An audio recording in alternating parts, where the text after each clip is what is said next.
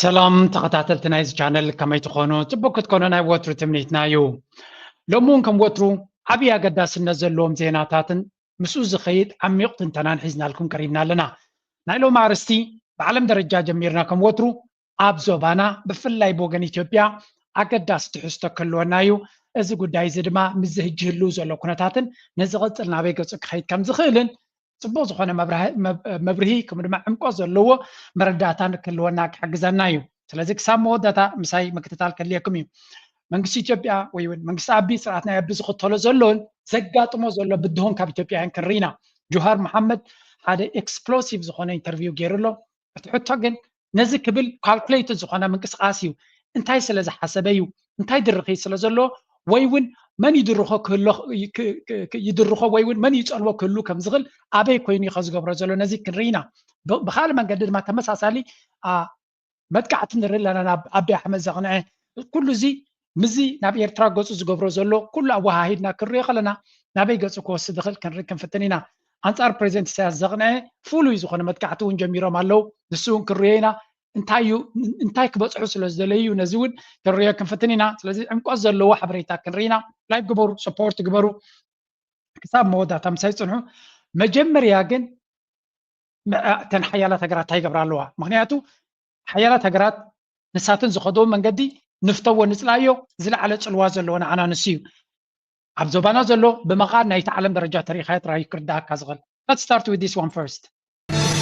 Welcome back now to China. At least 17 U.S. military bases near Chinese-owned farmland reportedly seeing a surge in drone activity and sightings in recent weeks. The sightings happening near bases in Hawaii and installations in Utah, California, Maine, and Florida. House Foreign Affairs Committee Chairman Michael McCaul has been warning about the drones in focus these last couple of weeks. He says they're from China. My judgment. انتهينا نرزلنا نابزي. منجست أمريكا بخلت منجدي ويون حاده فوبيا ويون فلوي فرهي ناي تشاينا حيزوا مالو which I doubt ترتر لناتو كالاي دما مس تشاينا دايما دايلوم شجري دليلو كابزين كلتين حنتيا هريتا ناتكم تنتنا خصم عدلي ناتكم حبريتا ويون ناتكم رداتا انتي تبلو بزعبا تشاينا وقي يوم زدلي زلو كتبل تخليخا تشاينا العل فرقيرات لهم كم زلا نري لنا هنا قد زتقاننا ملتعكا نري لنا أبز حلفه انتاي زبل زربا أب أمريكا فوليا درونات أب سماياتنا أمريكا تراين نايمانيان ماني غيرون سلامتاي قمو زبل زربا دما نتي ميديا ناي أمريكا نتي بوليتيكاو كلاس ناي أمريكا بحيتو زلارستيو أبرسو جن نامان يمزو تقعون زلو ناي تشاينا مخانن يمزو نقر زلو حجي بغلتا من قدهم رينا مش تشاينا شقري دولي خمزلو نريا لنا مخنيات فتر اللوب لكا كم تاب يوكرين تتكيمام نراشا وكيناتي تيوم مازلو كومي دولي خمزلو نفلتينا قد بسو ترايقنا يمثلنن من البعض حلف زبالة فرهي فوبيا كمزي حلف زبالة فرهي ويون بارانويا يبلو بارانويا مالت حدا نجر أب حنقول كابوت همس حزة كت كيت كلها بقد ما يخان السكر رايك خلوا زخون يكون كالو تريد ما مسكة التحازة خلها تمثل خليو بقمت على دما دايما دايل كانت حزبي مش تشاينا زلو سكات زتجانا نكتم سلومو ولا بعلم زوافرون زلو درونات كونا خلا إذا قد دايزقن نفكال معازن قصدو تشاينا عن تجربة ملك كتب هلا سنة إلى خارج كمي وحفشة إذا كل تري وزلهم أبز كباب زيتات من قصة زنا أمريكا أب وشت أمريكا زلوا ناي ميليتاري بوتاتات ناتوميو تشاينا ده ما بستفل عليه من قدي نحرشوا بوتاتات بمجزاء ديو قال ملا بمجزاء تسلينا لا تكهتلنا لا كبلو بزعج زي متزاربو فلايز فوكس ميديا زبال كونسيومر يبو إذا درونات جن سلامتاين ساعة كندوخم خنا خيلا نزبل سلامتاين ناي تشاينا درونات أبعدهم زرزلو سلامتاي كبعلم ناب شاينا قص أمي تسقع له كابافهم نسمعي عجي إذا تحدث قص كون كله نساتهم زلي وزلوا دما كابافهم نسمعي إذا كلتا مجلس هنرينا Based on my experience, is that those that are over our military sites are adversarial and most likely are coming from the People's Republic of China. Communist China is very good at this stuff. And we know they bought land around military bases. زين درونات متين زنبراب كبابي كل عيرنا السرايا نا تشاينا ين زبل زربا تدقاقامي أفتناتهم ميديا كجماعة حيرلو برجس كم حجون كومس إناني رشاينا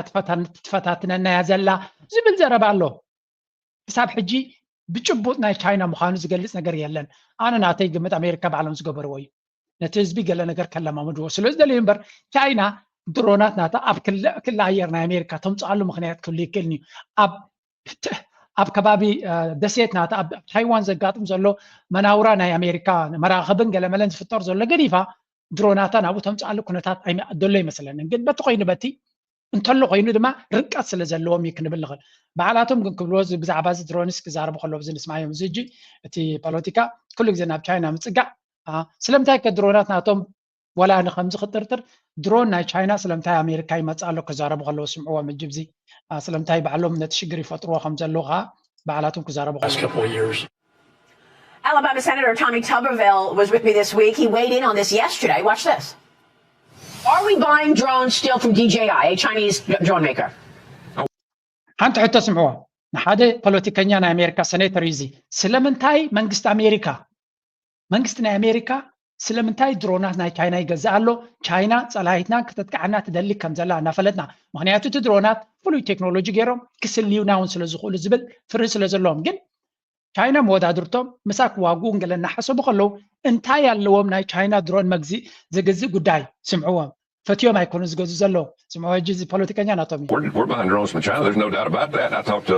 a drone maker the other day, and basically I said, why are we buying drones from China? They have better technology, Maria, than what we have that handles a lot of the technology parts, like that works with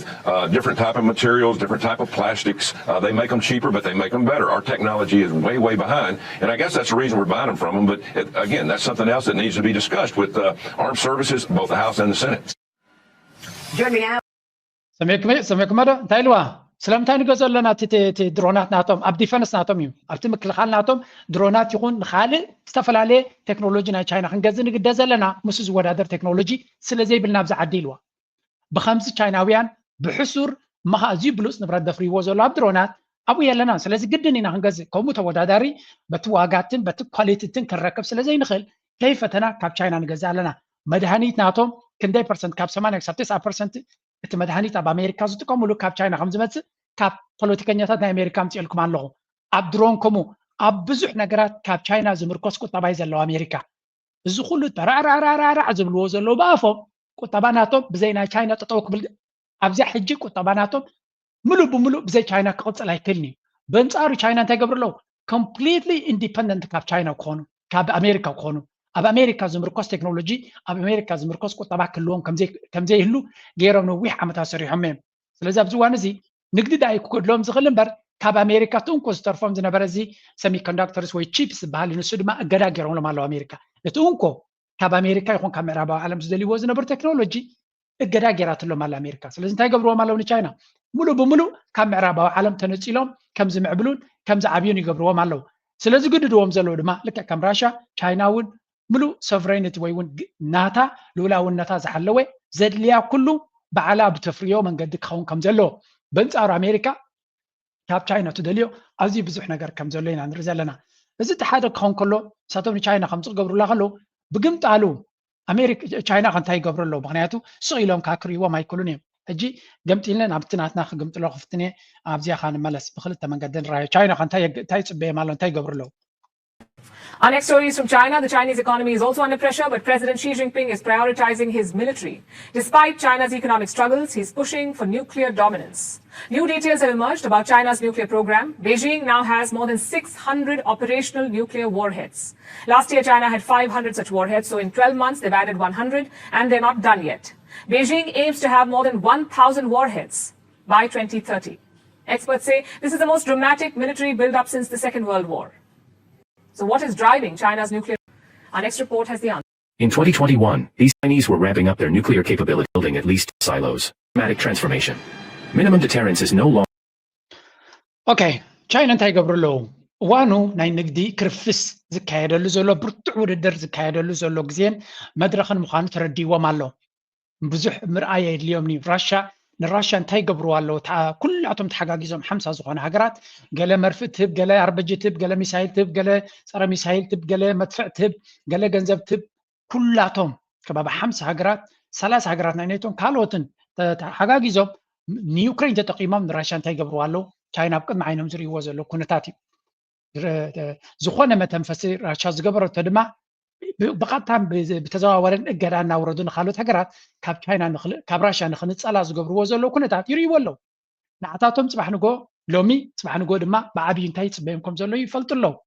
سلازي نتشاينا إذا قد دايزي نتصور مالختي زي محلال فلهم زلو بزقال تفا منقدي مس أمريكا كودادر زغل بكل كاتيجوري بكل عينت مس أمريكا زودادر وتهدروا عامك هانسو كخل له زي ما بزلا على فتنة كفتام كم زلو أزي بزح دجف زخانة باجت ما كم دما بزلا على urgency بزقال تفا منقدي نتز دلو زلو علامانك هارمو بريزيدنت شي كم عبي برايوريتي قدامنت جيرو يتسرع زلو زي ما أمريكا عبي فرهن طرطرانيا حدير لهم زلو مهنياتو أمونغونان أمونغو تشاينا جاب هلنا زبلو ويون نخركونا كندزع عمت ريفورم على زبلو وزنا برو بقصبت كم تسبب يقبرلو بخلت من قديم كاز هرموم زلو بتحادى بقطبة أركيبومم كحلفوم من كم زغل ريامالو وتهدر وعين جن أمريكا أبو عب جاب هلني لا تجهر نيرا أتليس بني كولرسي على النت هلنا قبل خلو تشاينا كلتا من قدي عزام الله بسي هذا نيكول الرواع عقمناتهم بزق الطفة كعب كم زلو بقدرة رادي كنا جن بتكنولوجي خاص تعبل لك هون كم زلو بقعات ناتون حيل ناتون لما كوسر كم زلو هذا كقبل خلو إذا جزية كم زوسد كاتردي ومالو سلازم تاي قبل لهم كلاي كابنا أمريكا زعبي وتهدر وعقم زلو قربيت لهم راشيا يشمو راشيا أبجزية شجرة كل ذكاء الحجز بحبون بقعدن إن حجزوان راشيا أب من أقولنا دوي لهم واقع يخفلوا له مالت كم راشيا كسارة قات ما ميلانجن بسنك راشيا مس راشيا بمسرحهم بزوع قدان ساعتن كايناون يقات ما لوجن كد بالدعاء مثلا زي الأمر يخون زيلهم مس راشيا بتبقى قلنا كسرهم وسينا مالو واي مهنياتو راشيا عبي ميليتاري باور سلزخانة كاينا بينا أمريكا ملو مزخولو مسازلو ألايانسس كبيدين شاينا لذي راشيا بخلت من قد يعتدليهم لألمان نمد ما يعتدليهم لأن زخون يكون هاجر شاينا راشيا يعتدليهم هذا نيكولا راوي سوبر باور راشيا كالايجن تاكالاي تاقنديا كالاي أجاتاتنا راشيا نيكوت أبانا شاينا مسرتيو كندنا راشيا أجاتات زلو هاجر يلن بمريد ببحرن كاسل زراخبو نتس أجاتاتتي كابراشا تتقيمم بزي إسبان كبانا أمريكا بزي إجرانا أمريكا بزي كالب مخالفاتنا أمريكا كنت أملو كل يوم حدا كابر ما قطع مسمر ناي غاز كابراشا تبقيسنا بتشاينا زمت محيدة وان ما حد يروان كم زغفت جرى مالو سلازي إت استراتيجي أمانغو بوتينن بريزنت شينز غيا زلو قربت نا أمريكا تزعبي بدهوسيو نزين خبط كدما ناي دونالد ترامب محدار كل زك عالم كقبر مخانهم فلاديمير بوتين كمنو 5 قبل الكائنة بزح مبسعتات كاتو مخانهم اللي تقول لكم فلاديمير بوتين اب سلطان نوح سلاز قبره كل بوكاتاتهم قد يمولو حرايك بلومي بتحت تحتكن كاب تشاينا فتصم كفل لا يكون ماليش عمقات كوساليو بريكس كحيل كفتني سلازي الناش كعم غزينا وسده كهاد منبر دحر حجي ابتناتهم مصاوديا زشك على له مخنيات كل يكون مخنياتو هي ليرن ذا ليسن ذا هارد واي بلو امين وام كندك زي مطلي ماما أفتح تاكا كارلسون زجبرو انترفيو تريهم كندك زي كم ستلمن even أبنيتو كأتو دليت كم زنبرون ألقن راشا كهاسيوان بركتو أموا خمسة دليو نيمود ده على مام دما فح قبلوا مخانم بمن قد ما رحتنا نيتو سلذي سمعي أبزو وانزي نابتناتهم إن كلالو كأتو زخل كوينا يسمعنني سلذي let's continue a little bit. Longer enough. China wants to project strength by significantly expanding its nuclear arsenal. 3 years later, alarm bells are ringing once again. The Americans have put together a report. It explores the scale of China's nuclear expansion. The findings are alarming. As of May this year, China had over 600 operational nuclear warheads by 2030. This number could grow to at least 1,000. What's driving this buildup? One possible reason could be Taiwan. Xi Jinping has asked his military to be war ready by 2027. More advanced capabilities, especially on the nuclear front. زينا نرزلنا China they can see the danger. زقاطمهم زلو دينجر بدهوتات نابي قصك خيط كم زغل انت عينت سقم كقاطمهم كم زغل انت عينت بدهو خقاطم كم زغل الشنة يكون ولا دنكرنا يكون they see the problem نتساقم يريولو and they have to seek they have to look for a solution مفتعي كده اللي يقولوا لهم بكل مدايدما نزيك على طفل يقولوا لهم سلازي the alliance أمونغو China and Russia زقبر زلو alliance نيرترا ناي بحكي أقداسنا زلو ويو مغنياتو سلمتها أنا زقول لي أمثالكم الله. If you كل كباب بيلك تاريخ أيو إيرترا قد عايز غنى تلو مغنيات أبز حلف عسر عمل نتاين نحريلنا هذا عينة باور سلوزليو. Of course نا إيرترا دبلوماسية ومتعزز عفونا قد سنة كلوي كم زي حجة تقويه زلا تقويه نبرتين كلام أنا كريو خلقه إيرترا كم خمسة تقويه جيرو من يوم عاتي أما حكنا مزرعة زخانة تي بوليتيكا مرحتي فلايك قبر خمسة يبلو سانكشنز جيرو ملهم زخانة نجار كبات قبر خمسة يبلهم قد مي عصرت عمد إيرترا قد كلا ኣብ ቅድሚ 15 ዓመት 2010 2009 2011 2011 ክንርኢ ከለና ቻይና ኣፋ ከፊታ አንጻር ኣሜሪካ ክትዛረብ ዓቕሚ ነበረን ኣብቲ ዋንቲ እሺ ጥራይ ትብል ነይራ ባይ ዘ ወይ ፅሑፋት ኣሎ ቻይናውያን ካብ ምሕር እሺ ምባሎም ኣሜሪካ ብገለ ዝተይላቶም እንታይ ንስኹም ፓወር ከም ዘለኩም ኣይትፈልጡን ኢኹም ኢላቶም ፓወር ከም ዘለኩም ኣክት ግበሩ ምክንያቱ ሓንቲ ዘይብላ ሃገር ከም ትመስሉ ኢኹም ኣክት ትገብሩ ዘለኹም ስለዚ ፕሊዝ ቁርብ ድምፅኹም ኣስምዑ ብምባል ዝነቐፈቶም ግዜ ነይሩ እሺ ጥራዮም ድብሉ ነይሮም ፍጹም አንጻር ኣሜሪካ ይዛረቡን እዮም ስለዚ ኣሜሪካ ንኤርትራ ትታገድ ወ ዝሓን ፀገም የብልና ንሕና ቁኑዕ ኣይኮነን ትፍርዲ ግን ኢትስ ኦኬ ራሽያ ከምኡ አንጻር ኣሜሪካ ዝኾነ ይኹን ኣፎም ኣይከፍቱን እዮም ነይሮም but today things have changed ኣብዚ ሓለፈ 3-4-5 ዓመት ብዙሕ ነገር ይተቐይሩ ቻይና ንኣሜሪካ ኣብ ዝኾነ ስቴጅ ኖ እያ ትብላ ዘላ ትሪራ ኣብ ኩሉ ኣብ ናይ ፈለስጢን ጉዳይ ሪናዮ ኣብ ናይ ሱርያ ጉዳይ ኣብ ኩሉ ዝኩነታት ቻይና ኖ እዚ ሕማቅ ውሳነ እዩ ኣብ ዩክሬን ሕማቅ ውሳነ ኢላ ራሽያ ድማ አንጻር ኣሜሪካ ኩናት ኣላ እዚ መድረክ እዚ ንኤርትራ ዝበለፀ ኣጋጣሚ እዩ ምክንያቱ እቲ ቀደም ኣሜሪካ ስለትፀልዓ ልባ ከምዚ ክሳብ ዝጠፍኣ ፀቕጥን እገዳን ነቲ ሃገር ከጥፍዋ ፈቲኖም እዮም ሎሚ ግን ኣብ እገዳ ከይተላዕለ ከሎ ትንፋስ ዘለዎ ምንቅስቃሳት ካበይና ንርኢ ዘለና ምክንያቱ ቻይና ኣብ በዓል ኣዲኹም ትፈልጡ እገዳ ናይ ኣሜሪካ ኢላ ክትሰርሕ ወላ እኳ 100 ትሰርሕ ትደላ ምክንያቱ እተን ኮርፖሬሽንስ ናይ ቻይና ፍርህ ስለ ዘለውን መንግስቲ ናይ ቻይና ካብ ኣሜሪካ ፍርህ ከይልዎ ኽእል እዩ ካምፓኒታት ናይ ቻይና ግን ስጋት ኣለወን ምክንያቱ ምስ ኤርትራ ናይ 5 ሚልዮን ንግዲ ገይረን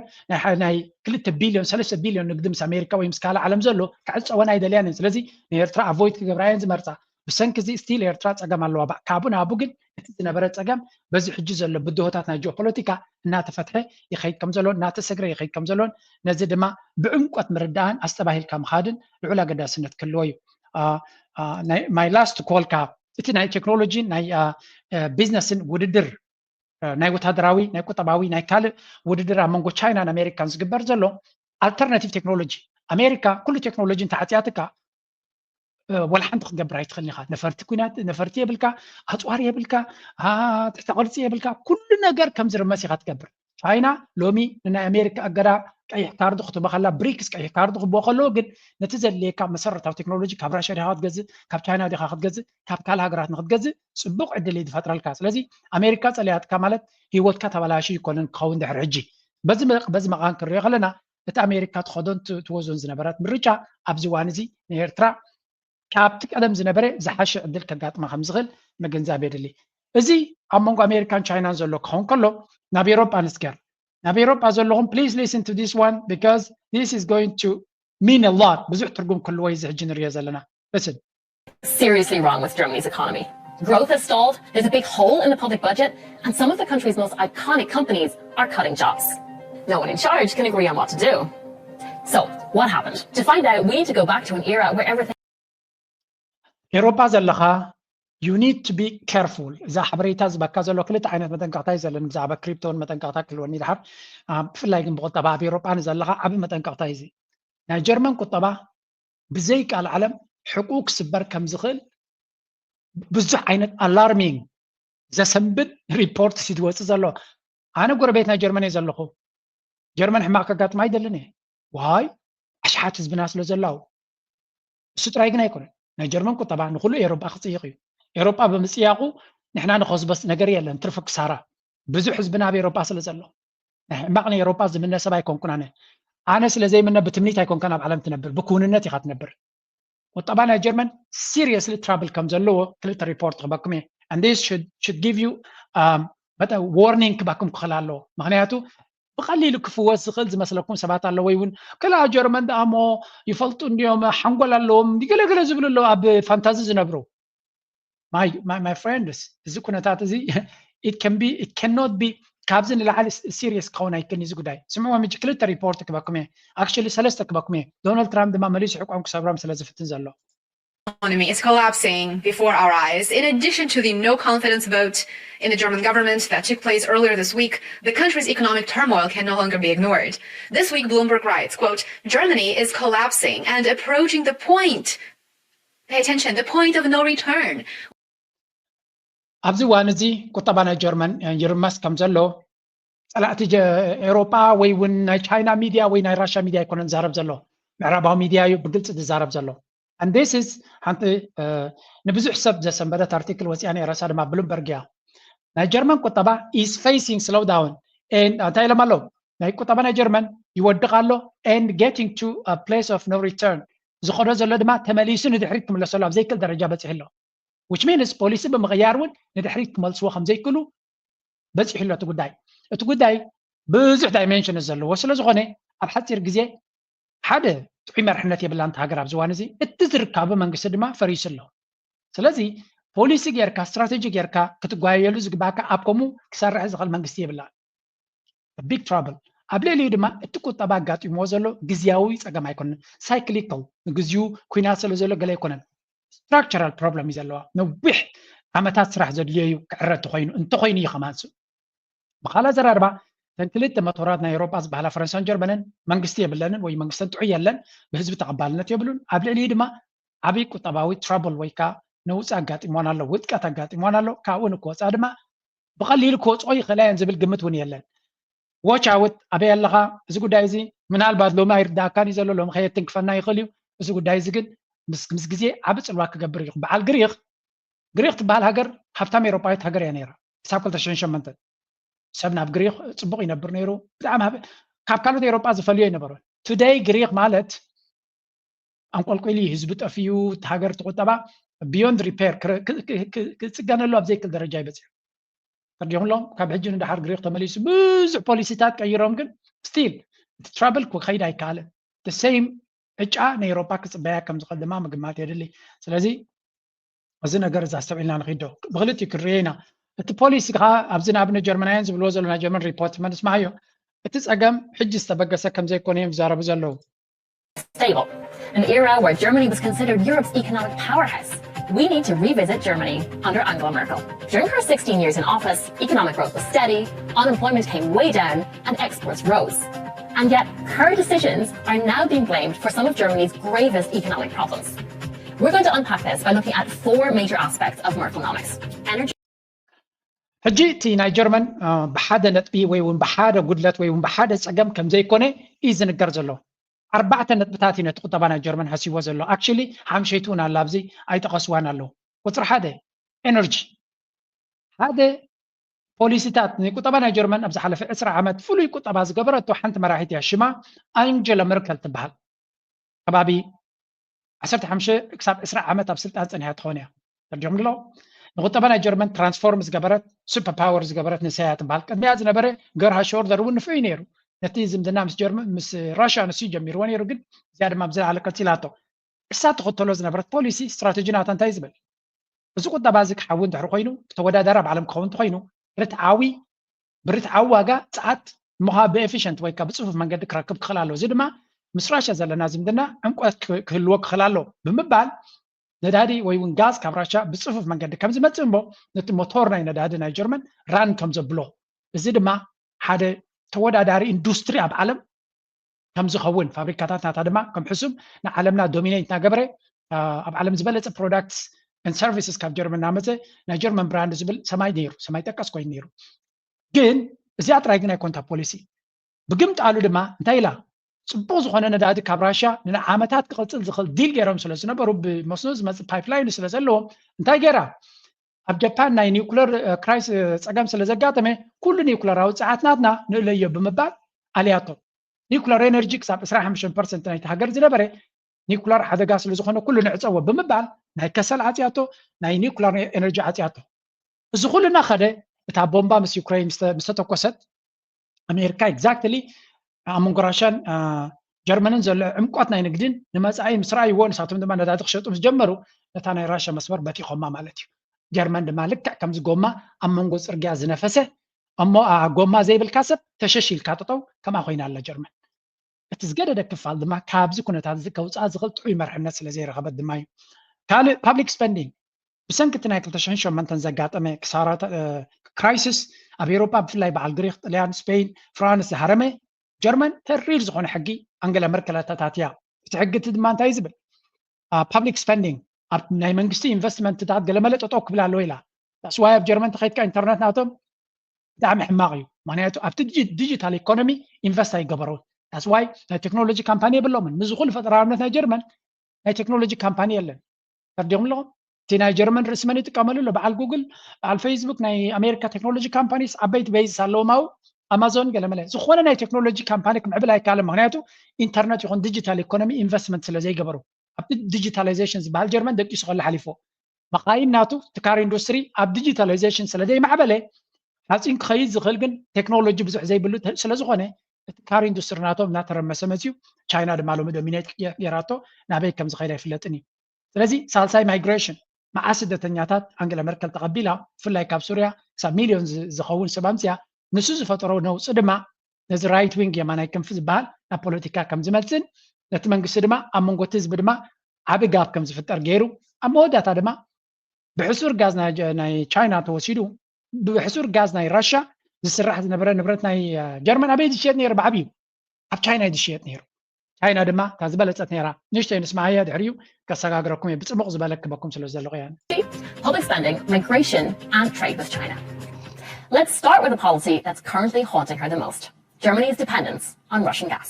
In 2005, just days before Merkel took office, Russian energy giant Gazprom signed an agreement with German companies BASF and E.ON to build Nord Stream 1, a pipeline that would bring Russian gas to Germany via the Baltic Sea. The foundations for this were laid by Merkel's predecessor Gerhard Schröder, whose close friendship with Russian President Vladimir Putin endures to this day. But Merkel continued and expanded the project. In 2015, a year after Russia annexed Crimea, plans for a second pipeline, Nord Stream 2, were inked. Throughout Merkel's term, Germany's dependence on Russian gas rose from 40 to 49%. Not a huge jump, because industry in turn safeguarded social security too brilliantly. In the months that followed, energy prices spiked, ripped through subsidies to less than 1,000 jobs.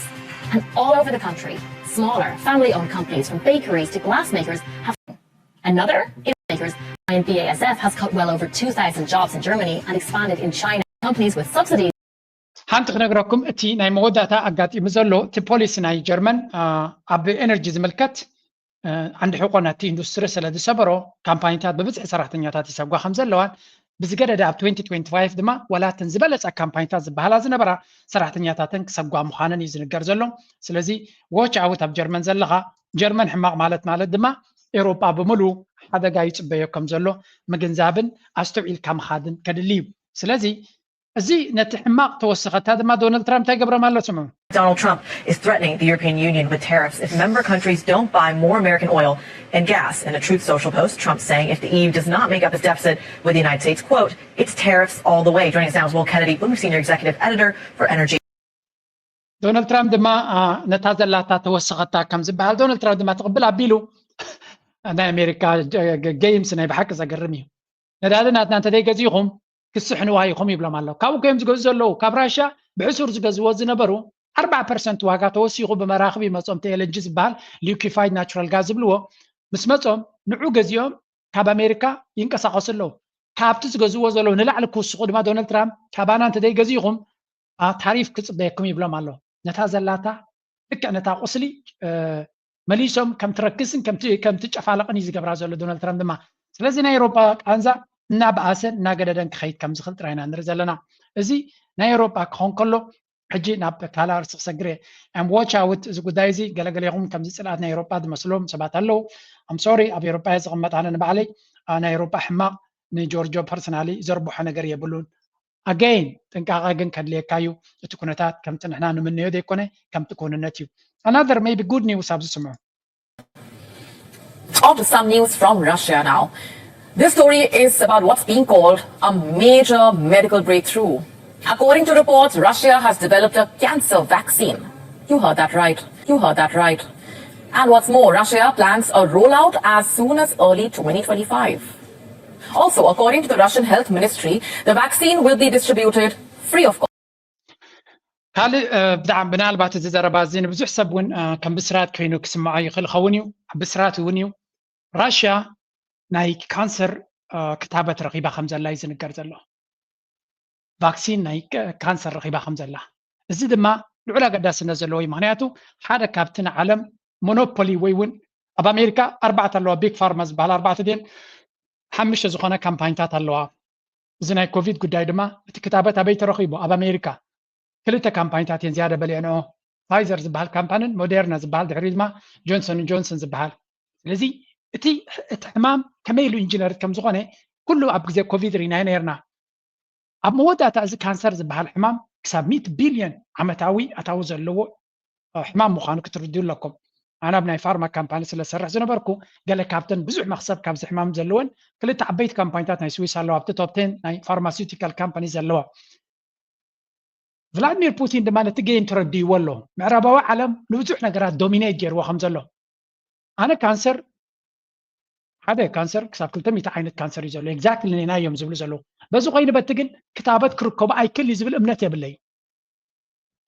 እዚ ራሻ ጌራቶ ዘላ ምናልባት ምስ ግዜ ሓቅነቲ ኩነታት እናነፀረ ክኸይድ እዩ ራሻ ድማ ነዊሕ ተመክሮ ዘለዋ ኣብ ሳይንሳዊ ምርምርን ኣስተዋፅኦን ስለዚ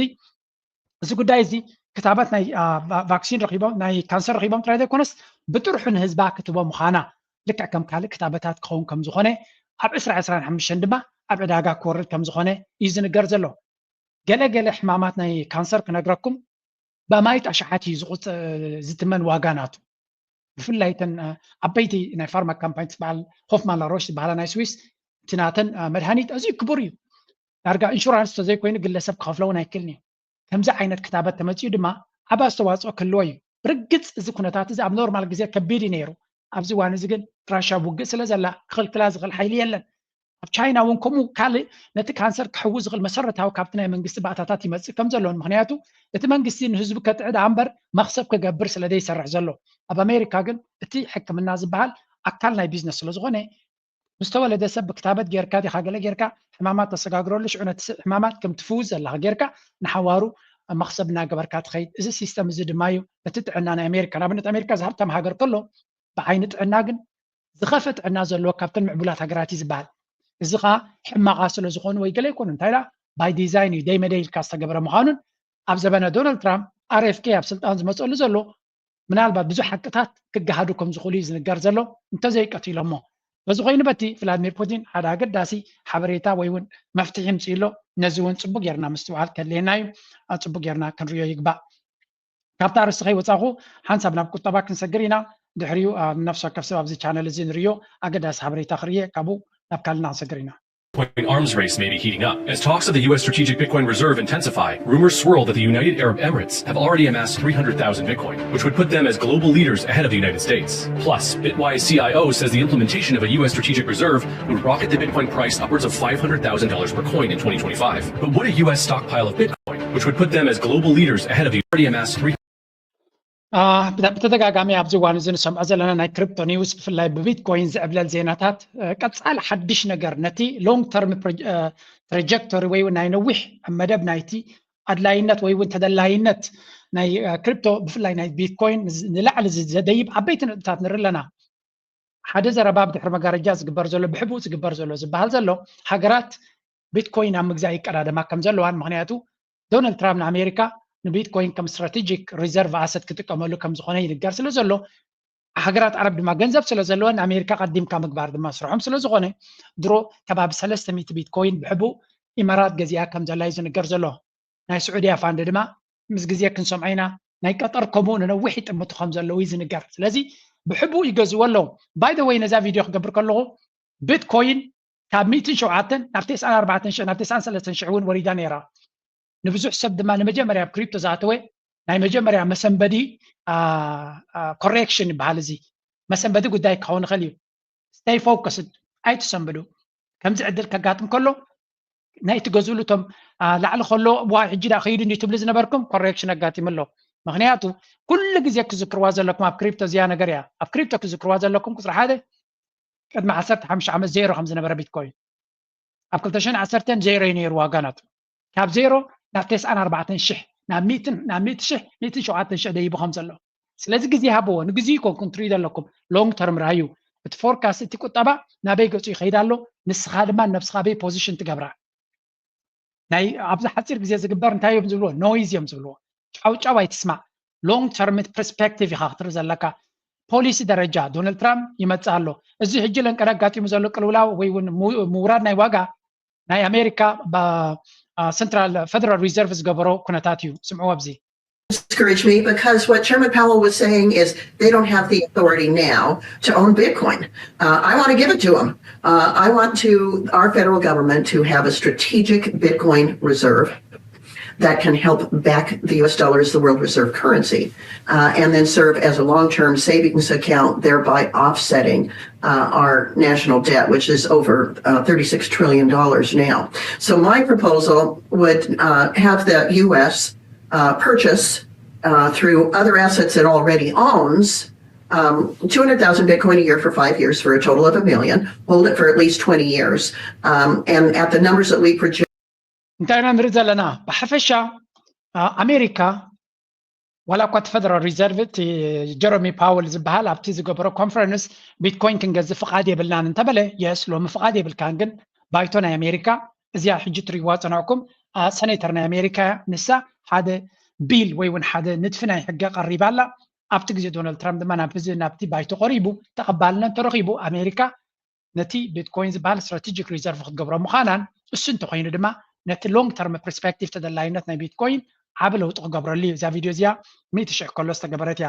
ስለዚ እቲ ዋጋ ጎዲሉ ከሎ ትሪእዋ ትህልው ትኽእሉ ኢኹም ግን ኣብ ሎንግ ተርም ክፀልዎ ዝኽእል ፖሊሲ ዳ እምበር ናይ ግዜኡ ቮላቲሊቲ ኣብ መንጎ ቮላቲሊቲ ሪስክን ፍልልይ ክርዳዕኩም ክኽእል ኣሎ ኣብዚ ቻነል ብዙሕ ግዜ ኣብ ኮርሳት ናተይ ድማ ብሰፊ እየ ዝገልፅ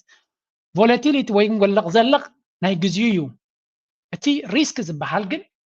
እቲ ኣሰት እንታይ ጥቕሚ ኣለዎ እንታይ ተደላይነት ኣለዎ እቲ ነገር እቲ ንዑ ክትርእዩ ክትክእሉ ኣለኩም ወርቂ እውን ወለቕ ዘለቕ ብል እዩ ወርቂ ግን ኣብ ዝሓለፈ ክንደይ ዓመታት ታሪኻ ንላዕሊ እዩ ዝኸይድ ቢትኮይን ከምኡ ንላዕሊ እዩ ዝኸይድ ስለዚ ኩሉ ግዜ ሎንግ ፐርስፔክቲቭ ክህልወኩምን ንከምዚ ነገራት ድማ ብራዕዲ ደይኮነ ብምስትውዓል ክትከድዎ ኢና ንምሕፀን እቲ ሎንግ ተርም ፐርስፔክቲቭ ግን ኣገይን እቲ ነቲ ሎንግ ተርም ቪው ወይ ከዓ ነዊሕ ግዜ ክትጥምት ከለኻ እቲ ፐርስፔክቲቭ ወይ እውን እቲ ነገር ናብ ፅቡቅ ገፁ ዝኸደ ምዃኑ ምርዳእ የድሊ ኦኬ ሶ ማች ኣባውት ቢትኮይን ቶም ምሳይ ተማሂርኩም ትክክለኛ ሓሳብ ወሲድኩም ጀሚርኩም ዘለኹም ኣይትሰንብዱ ጀስት ኮንቲኒው ገንዘብ ተለኩም ግን ብዘይ ስስዐ ክትገዙ ክትጥቀምሉ ተፈቱን ነዚ ጉዳይ እዚ ሓሲሩ ከሎ ከምዚ ምስ ጎደለ እንተገዚእካ ጥራይኻ እቲ ዝበለፀ ዕብየት ትረክብ ስለዚ ዩዝ ዲስ ኦፖርቹኒቲ ምናልባት ድሕሪ ዝተወሰነ ግዜ እቲ ስቶር ካልእ ክኸውን ስለዝኾነ ከምዚ ዕድላት ክትጥቀመሉ ኣለካ ክትሃድመሉ የብልካ እንቲ ነዚ ኩነታት እዚ ብዕምቆ ዘይርድኦ ነዊሕ ዓመታት ተመክሮ ዘይብሉ ግን ነዚ ኩነታት እዚ ፕሮፓጋንዳ ክሰርሓሉ ይኽእል እዩ stay calm እዮም ዝብሉ ኣብ ከምዚ ኩነታት ኦኬ let's go to Sudan now. The United States has announced it will deliver some $200 million in humanitarian aid to Sudan, where a civil war has killed tens of thousands of people and triggered the world's largest displacement crisis. U.S. Secretary of State Antony Blinken made the announcement at a United Nations Security Council session on Sudan. ጉዳይ ናይ ሱዳን ኣብ ሴኩሪቲ ካውንስል ክንደይ ዋዕላታትን ኣኼባታትን እዩ ዝግበር ዘሎ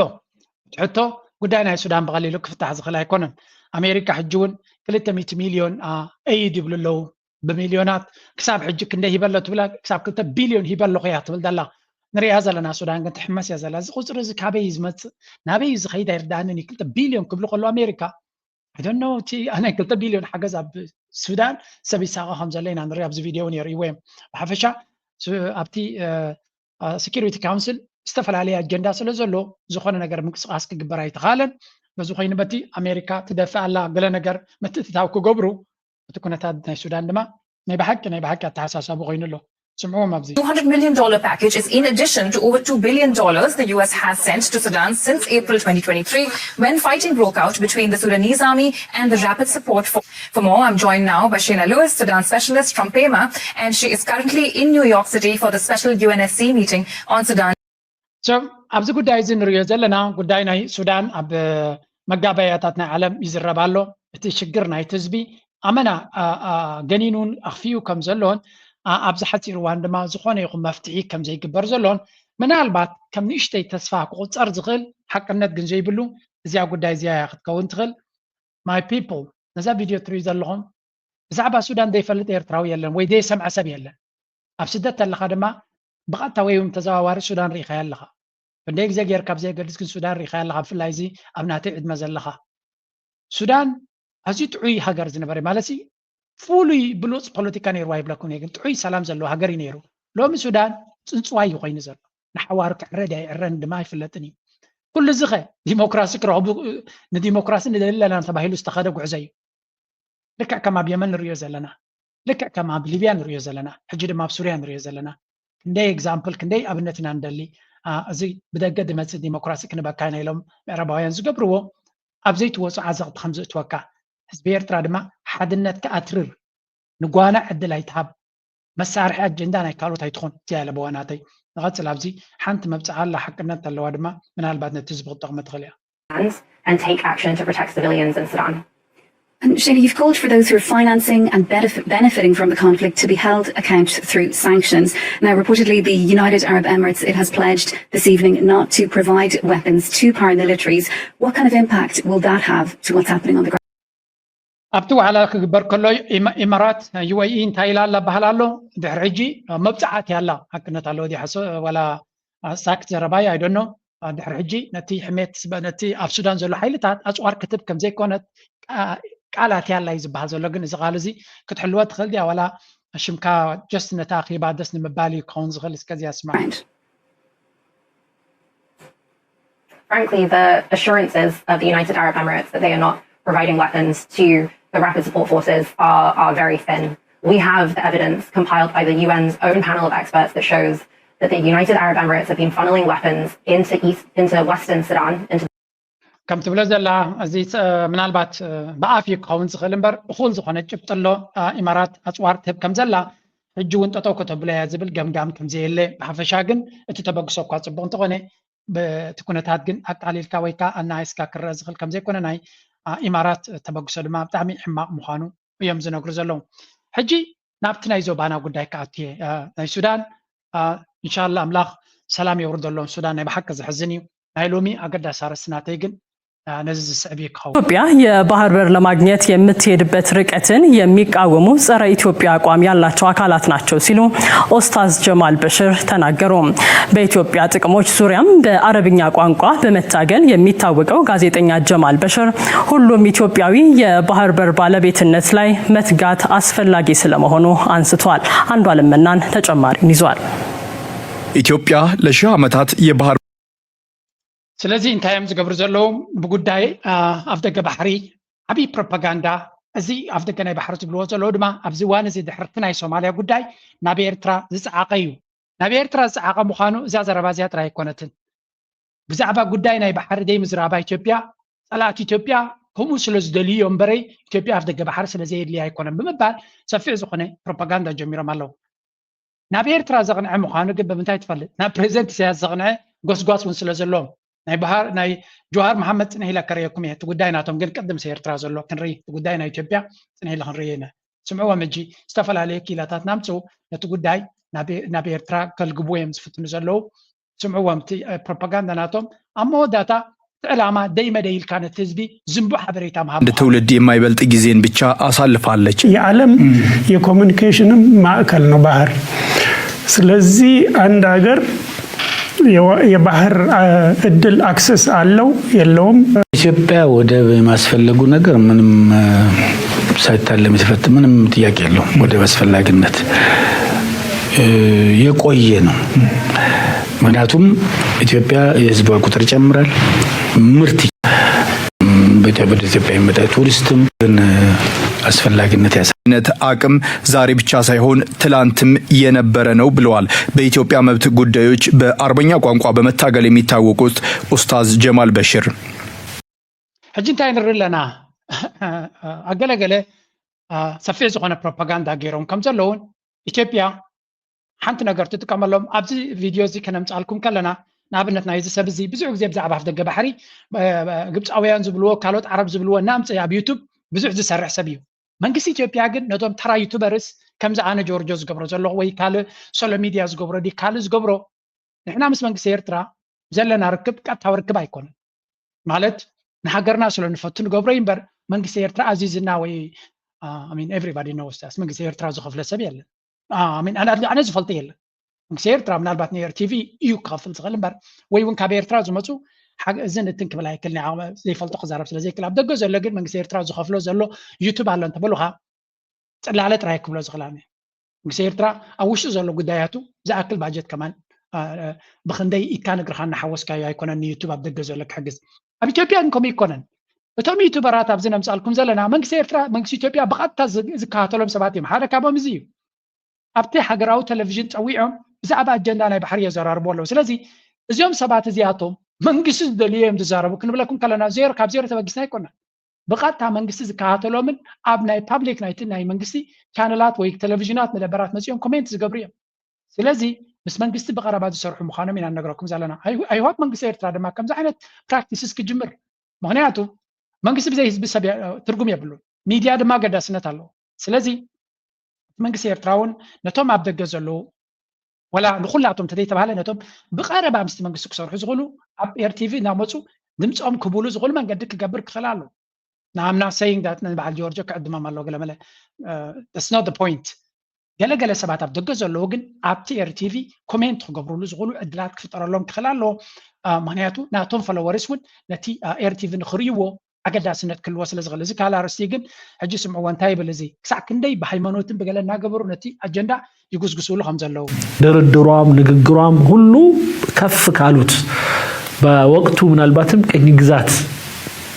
ለማድረግ በተለያዩ አካባቢዎች ላይ ሲሄዱ የነበሩ አካሮች ጋር ነበር የኢትዮጵያ ቁመና በመናይበት ወቅት ለምሳሌ የዳግማዊ ሚኒሊክ የ1902 ስምምነት ስታየው ከእንግሊዝ ጋር ነው ኢትዮጵያና እንግሊዝ ከዛ ውጪ ያሉ በቁርአን ላይ ለምሳሌ የተጠቀሰ ታሪክ አለ የመን ውስጥ አይሁዶች ክርስቲያን የሆኑትን أصحاب الأخدود ይላቸዋል ቁርአን ውስጥ የጉርጓዱ ባለቤቶች ማለት ነው በወቅቱ ኢትዮጵያ ከዚህ ተነስታ የመን ውስጥ እነዛን ሰዎች ነፃ ለማውጣት የተንቀሳቀሰች ሀገር ናት الله this is a lie حسوت يزي ኢትዮጵያ ዝበሃል ሀገር ከም ዝበሃል አይነበረን ኢትዮጵያ ዝበሃል ሀገር አይነበረን ኢትዮጵያ ዝበሃል ሀገር 100 ዓመት ገይሩሎ ምስቲ ኤርትራ ዝብል ሽም ዝመፀ ኢትዮጵያ እዩ አቢሲኒያ ዝበሃል ካልክ እንግዶ ምስክ ተቀስ ተኸሊኻ there was no ኢትዮጵያ ኣብ ቁርአን ወላ ኣብ ገለ by the way ኤርትራ ዝብል ሽም ይዘሎ تزجرم إيرترا زبل حجر يزلوا بقدس مسحاب. لذي إذا زبل وزلوا كساع كندي نتسب نبزين بعض تقامل تكتيك محانو. أتي توبيا صوم زبل وزلوا وننتقونه نإيرترا كم أكال نايتي رنفتي أكال جزء ديكونه أكسومايت كينغدوم زنبرة وين ما أرض الحبش جل زبل تقسم تلو نزلنا لهم توبيا زوك لايكونه. لذي again كساع كندي نتكونه تات الجنداناتهم يسرحوا لهم زلوا. إذا كنت هرازة ربع خيمة سلوكم من الصومال وكوخون خليني جبت زبل سبالو نو أبزو سمعوا كالت فانا برودكاستين زقبورة مدبرا يبزي ሙያ ጻይር ስለሲ ዩኒቨርሲቲ አሁን አዲስ አበባ ዩኒቨርሲቲ የቅድመ ምህንድስና ተማሪ ነበሩ እና በተለምዶ የገና ማዕበል ብለን የምንጠራው የመጀመሪያውን ሴሚስተር መሻገር ያልቻሉ ተማሪዎች ሻንጣቸውን ጠቅለው የሚሄዱበት ምድብ ውስጥ ነው ያሉ ይሄ የታሪክ አጋጣሚ የሰውየውን መሰረታዊ ስብዕና የሚጠቅስ ነው እንደምታስታውሱት በዛ ጊዜ 1958 ዓመተ ምህረት ነው ጀባ ይሰው በቀድሞ ያጻይር ስለሲ ዩኒቨርሲቲ አሁን አዲስ አበባ ዩኒቨርሲቲ የቅድመ ምህንድስና ተማሪ ነበሩ እና በተለምዶ የገና ማዕበል ብለን የምንጠራው የመጀመሪያውን ሴሚስተር መሻገር ያልቻሉ ተማሪዎች ሻንጣቸውን ጠቅለው የሚሄዱበት ምድብ ውስጥ ነው ያሉ ይሄ የታሪክ አጋጣሚ سنتين من زلوا بزعبة بريزنت سياسي تزارب زلوا عب تاريخ تمهرينا يونيفرسيتي አዲስ አበባ ዩኒቨርሲቲ ከምዝነ በረ ኣብቲ ቀዳማይ ዓመት ዝግበር ፈተና ስለ ዘይተዓወተ ቦርሱ ጠቕሊሉ ክኸይድ ዝተገደደ ሰብ ምዃኑን ኣብቲ ፖለቲካዊ ኣካይዳናቱ ዓብ ፅልዋ ዝገበረሉ ክኸውን ከም ዝኽእል እምቡ ገይሩ ናብ ጃፓ ብምስላፉ ፅላት ናይ ኢትዮጵያ ዝተፈላለየ ፕሮፓጋንዳ እዮም ዝጥቀምሉ ዘለዉ ዋን ቲንግ ማለት እቲ ዘረባ ኣብ ታሪክ እንታይ ኣጋጢሙ ብትኽክል ኣብኡ ስለ ዘይነበርኩ ዝንትን ክብል ኣይክእልኒ ባት ዓለምና ዝመርሑ ዘለዉ እውን ኮሌጅ ድሮፕ ኣውት እዮም ስለዚ تزجرم مرحنا توسي دكتور أبي أحمد مخانو كوي أبي أحمد سي دكتوري أبي تماهيرو كونريليو at the same time كدكتوري like أبناء glass house وي أبناء ترمز جزاز ما سبسي أمنو كدر بيبلون زي بهالكميم بيمان من غير لكم الله بيل جيتسن مارك زاكربرغ كلت يوم تايز الرغبة كلت يوم كوليج دروب أوت يوم هذا فيسبوك لكم مسرت كوليج قريفو خالاي مايكروسوفت بهال كامباني كلتيوم مايكروسوفت كلتا تريليون اللي ماركت فالويشنز اللي خون كله فيسبوك دما اي ثينك كلا كابتوم ابيت كامباني تاع everybody knows you لذي ازيون كلتيوم كاب كوليج دروب اوت يوم بزحات يوم دما كوليج قريفو ابيت نغراس كبر لذي there's nothing wrong كوليج قريف كام خال علامات تقدم كا now I am not saying present سياس تاع got him up college I have no idea but يدي قريفو مرتي سلدي سلطو دي خيدو that's another story مس جزء كزرب اللي يخلقهم من البعض present سياس مس حفظ تصحيفه then he can explain أتساعتهم زمرت وزر لو أنجل جد ما راح يخا أبي أحمد doctorate على لو تبلا كابي جيرو in fact after university نسوز نبرو thesis ناتو check مس جبرو كباب سوسا percent plagiarism ቀዲሑ ከም ዝፀሓፎ እሱ ጥራይ ግን ከይከውን ብትክክል ከተማሂርዎ ድዩ ዝብል ኣርጊመንት እውን ዘሎ ምክንያቱ ዶክትሬት ዘለዎ ሰብ ኣብ ፓብሊክ ሚድያ ውፅእ ኢሉ ምስ ኢንተርናሽናል ሚድያ ብእንግሊሽ ኢንተርቪው ክገብር ዘይክእል ልዕሊ 5 ዓመት ኣብ ስልጣን ዘሎ መራሒ ኢና ንዛረብ ዘለና And by the way, President Isaias ab 96 ገለመለ ዝገበሩ excellent interviews ኣብ በዓል ስታንፎርድ ዲ ወላ ኣብ ገለ ኮሌጅ ና ዩኒቨርሲቲ ከይዱ ዝገበሩ ኢንተርቪውስ ኣብዞም ፅልኩም ነይረ The guy has an experience and he's confident ብዛዕባ እቲ መረዳእታ ናቱ ታሪካዊ ይኹን ኢኮኖሚካዊ ይኹን ካል ነገራት ስለዚ even ኣብ ናይ ዕድመ ናይ ዚኒ ፕሬዚደንት ኢሳያስ ድሕሪት መሊስካ እንተሪእካዮ as a person is well read ጽቡቕ ዝተማሃረ ጽቡቕ ከገናዝብ ዝኽእል بخالك كم دليت كخت زاربت خلي خبت بدرجة أنا تمرتو أنا اللي فلتي كون اللي على تمهيري كون اللي على تمكري على نسبة المراحي we didn't see at least intellectual كزارب كله نجارات عم الجنزاب geopolitical من باب وحدات مراحتهم كبرت وازخلو كبلت وازخلو تديهم لهم so إذا زار بعضيها كم تصوم خالهم كسب كندي أبدرت جاي معتهم كم زلوا and this is also a clear indication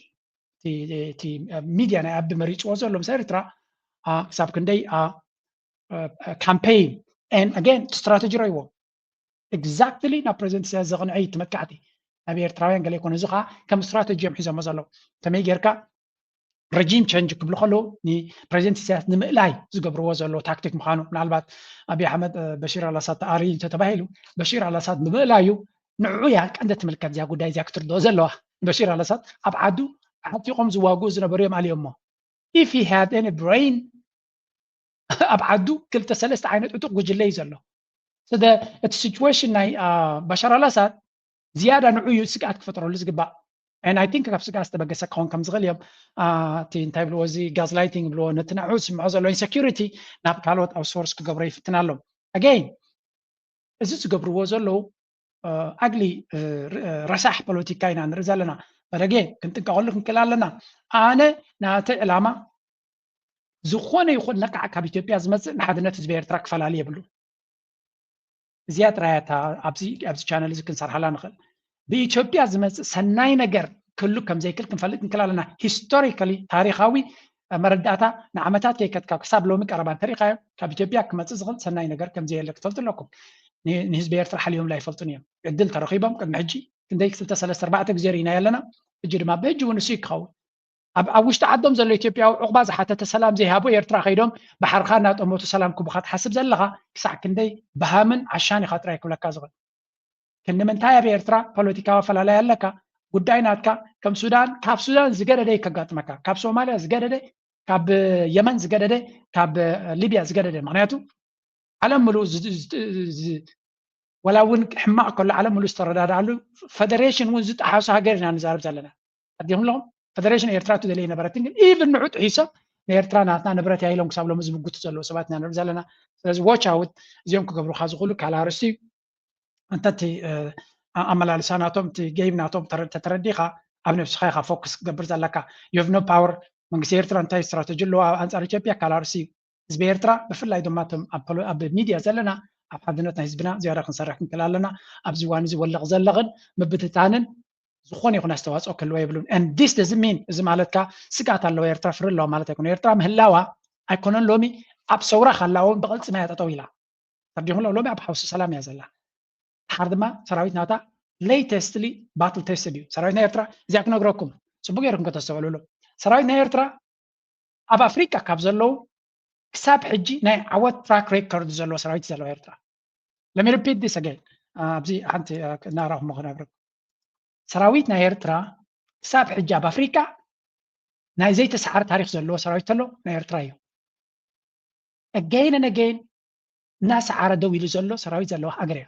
there's nothing يرترا كتفرح له تخل أنا أبزي كم سألكم كله هذا سقط راي زلوا يرترا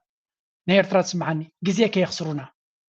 جزينان صقاتاتنا كي باخونولا رايمبر إثيوبيا أبز عجز الله تملك أنكرتن عالمنا أبز عجز الله تدرجة كاب إثيوبيا كمس زغل وتهدر وسكاتني يرترك فترة لا زغل نجار يلا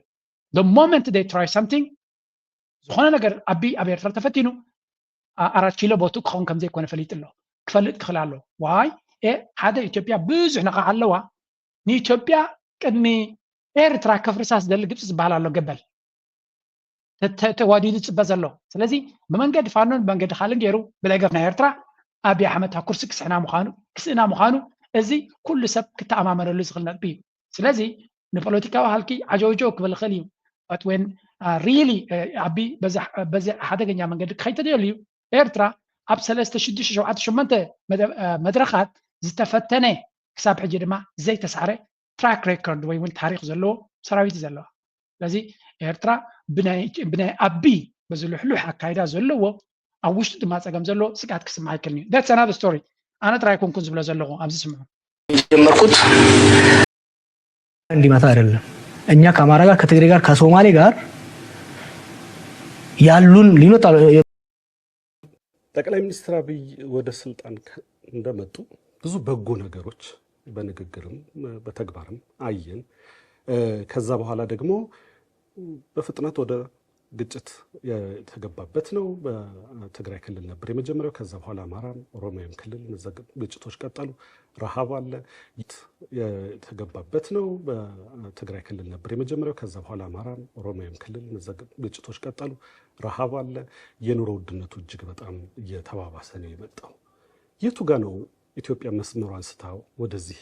የገባችው ባንተ እምነት አብይ ከመጀመሪያው መስመር ላይ كم دريو زلنا جوهر محمد أقداس انترفيو غيرلو كالكوليت زخونه أبقداس مدرخ دماي غير وزلو إثيوبيا ميت اللوا لما نابرو حسام اللو أقرقر اللو أفتقراي نيرو بامحار اللو برومولو أبي يزولو تساقم أبي أحمد أبي يتجي غانا تجيبلو برم تستاوس እንደሆነ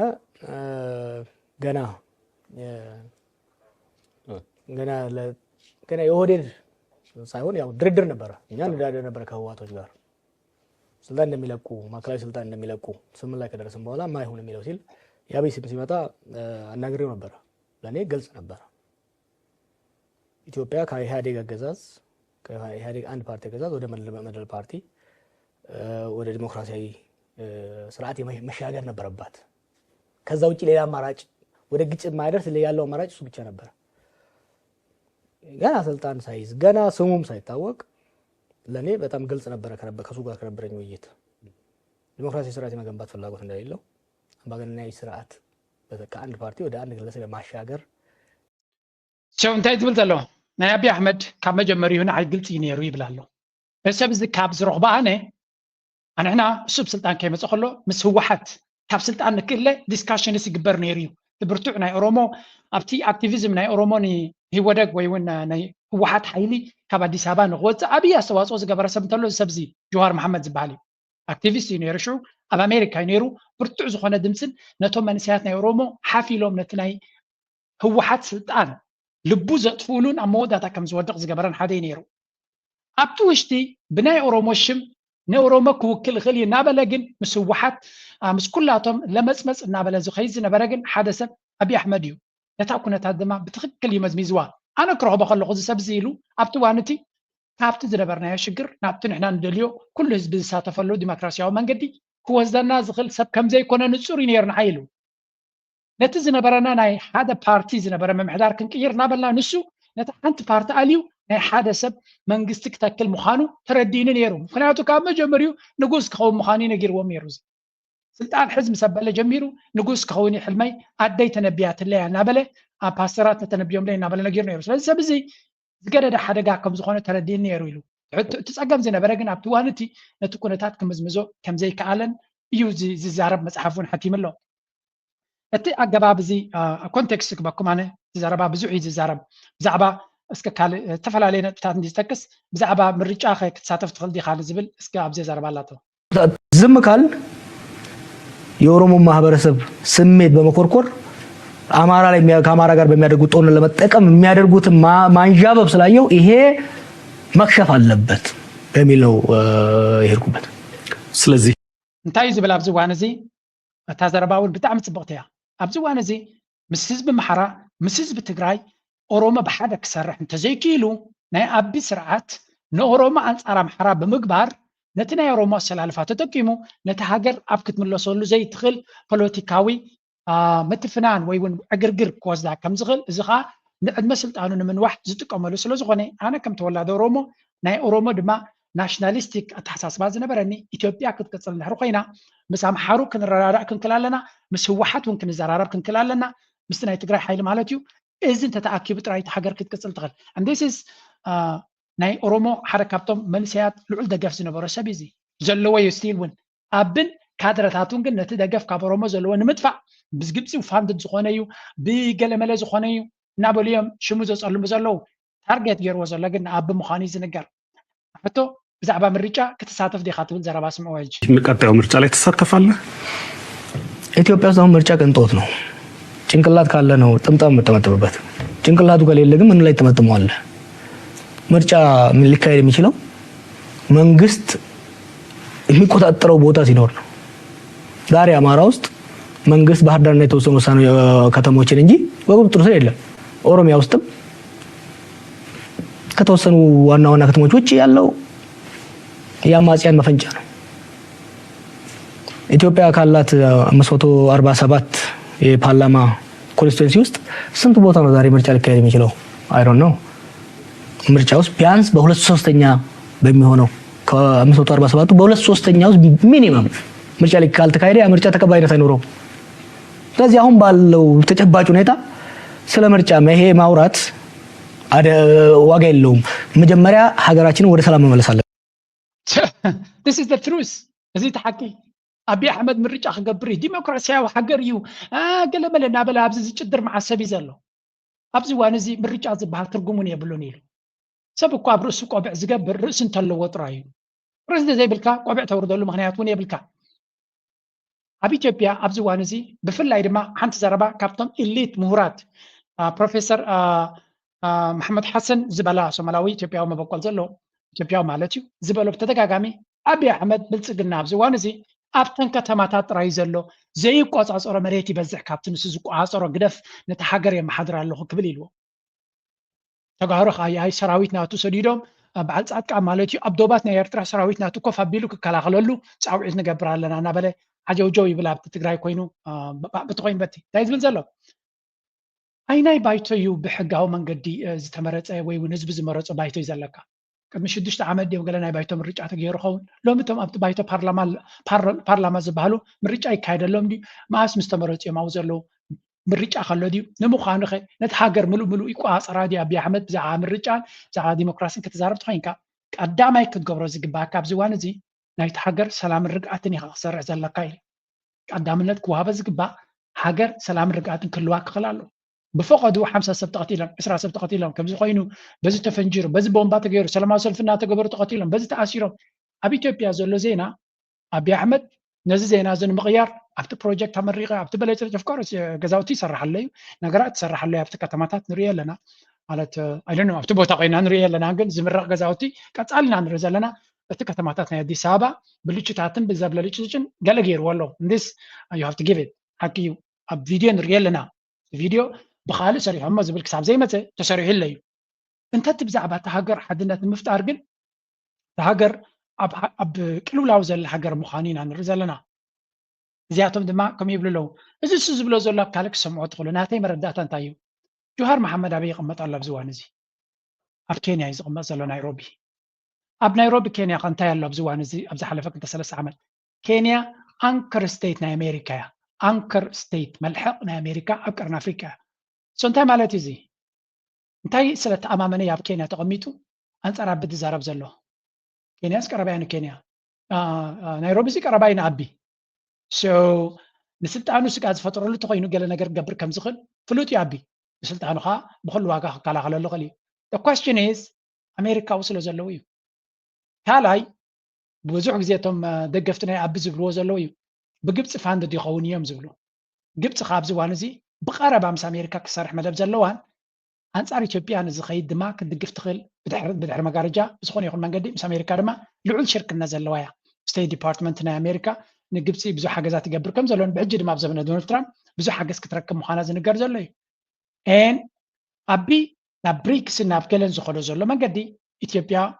ናይ ኣሜሪካ መንግስቲ ክከፈትዎ ኣይኮነን ዶናልድ ትራምፕ ድማ ኣብ ልዕሊ ብሪክስ ዓብይ ስጋት ከም ዘለዎ ብቃላቱ ብዙሕ ግዜ ገሊፁ ኣሎ ስለዚ ነዚ ድማ ግብፅን of course አካልና ብሪክስ ያገን ኖይዝ አይተገብርን ያዛላ ህደ ዝበለይና ግብፂ so we will see a lot of